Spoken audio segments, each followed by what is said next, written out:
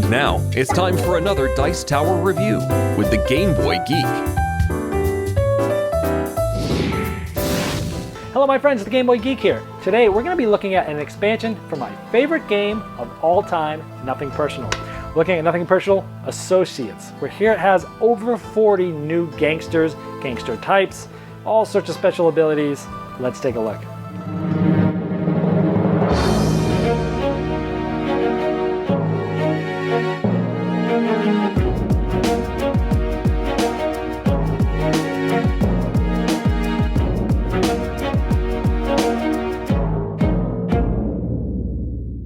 In Nothing Personal Associates, it's going to come with over 40 gangsters. It's always going to come with 2 casinos. Now, some of these gangsters, a lot of them actually, say may visit either casino.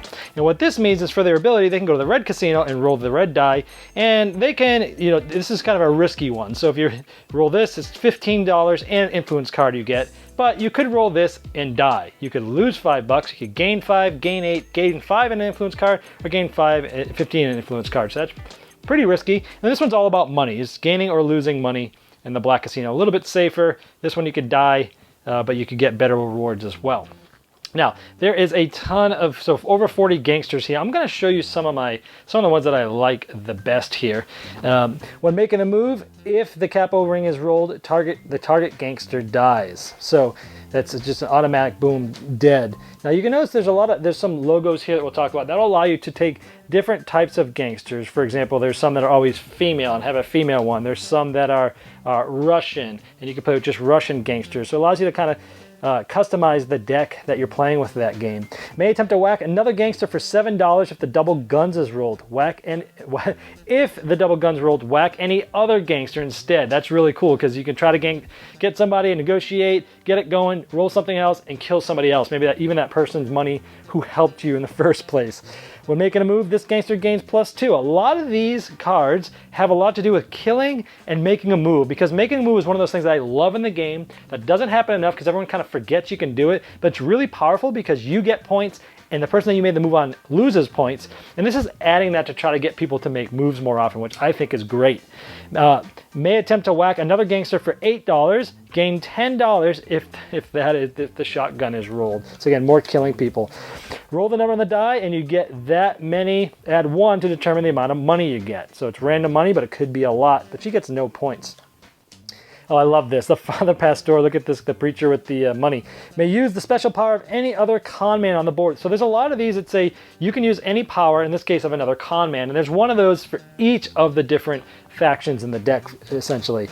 When sent to prison, controlling player may place 5 neutral influence on any gangster. That's cool.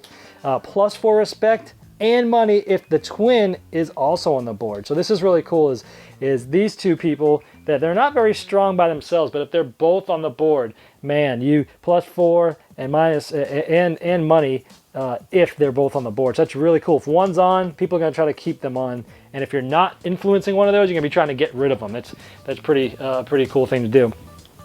Name a player and discard a card. If they have any cards that match the suits, you steal 2 random cards. Kind of cool. +6 to make a move. Love it. Anytime you can make a move, it's good. May attempt to whack another gangster for 9. So essentially it's $1 cheaper. Force a player to discard a random card. This is good because a lot of times you have those powerful cards that people are hanging on to, especially towards the end of the game. They might only have one card if they're just waiting to do a prison break. Boom, make them get rid of it. That'll screw things up. Roll the die, the number die, and add 1 to determine the amount of points. So this guy's random points could be a lot, could be little, and no money. So it's a pretty much random thing. That's got to be a Steve Avery card. He must have thought of that one. In the Feds phase, if Joe does not go to prison, all influence tokens are removed. So he's worth a lot, and if he doesn't go to prison, it pretty much resets every round. Very cool idea. May attempt to whack a gangster for 8. If you roll the shotgun, all the gangsters in the same tier die as well. Boom, he gets everybody out in that row. More crazy killing. May replace another player's influence token on a blackmail token with yours on it. So really cool. The blackmails can kind of screw you up during the game. This allows you to kind of circumvent that. Look at the top 3 cards of the influence deck. You may buy one of them for 10. Really good if you're looking for some of those really hugely powerful cards like break you out of prison and things like that. In the Feds phase, he goes to prison if there are 5 or more influence. So he's worth a ton, and anybody can place on him. But man, he goes to prison really fast, so it's going to be a short-lived guy. May swap positions with any other gangster. You must give that gangster's controlling player an influence card. That's pretty cool, man. You could like swap up to the top, maybe even be capo. Other gangsters in the same row are immune to being whacked. So anybody's on the same row, these guys. Awesome, awesome card. May use any positional power. Really cool. Anybody's positional power on the game. Gangsters in the same tier may not attempt to whack other gangsters. Again, just all these cool things about whacking gangsters. May attempt to whack another gangster for $5. If a double gun is rolled, you may move to the empty position vacated by the target. Really cool. Now, he's powerful, so he doesn't have a lot of points and money, but man, will he get you up there maybe closer to the capo faster. Let's see. May use the special power of any other gambler on the board. So another one of those. And may visit either casino. All payouts are doubled, Mr. Rich Summer. So those are some of my favorite ones. Adding a lot of craziness, making moves, different things of whacking people, all different things. Love the new special abilities in this expansion. That's not all of them. That's maybe a little more than half. There's plenty of other ones, but these were my favorite ones. All right, well, there it is. Lots of new gangsters, lots of new special abilities. And again, what I really love about the new abilities is they're pushing towards three major things. More killing, more whacking gangsters, which is always going to make the game more fun. More reasons to negotiate, which again is always going to make the game more fun. Tons of new special abilities. The base game came with a lot of gangsters that had no special ability. And you're doing just like the board action or making a move, where now once you mix in these expansions, like you're always gonna have stuff with special abilities, and that's always, in my opinion, better. I love the different factions. So you have the girls factions that you can mix in. You got the Russian factions that you can mix in. So if you want to tailor your gangster deck for a certain game, you take them out, you put them in, you shuffle them, you put them on the top. Really cool. I really love those twins, where like if they're by themselves, not so much, but they're together, man, they're powerful. It's gonna cause some cool things. More killing, more negotiation, more reasons to make a move, special abilities up the wazoo, and just ways to mix in the deck. I mean, it's a no-brainer. If you love Nothing Personal, this is definitely one to get. That's Nothing Personal Associates. Plus, the casinos adds that random bit that had to have been a Steve Avery idea, where a lot of these gangsters go to these casinos.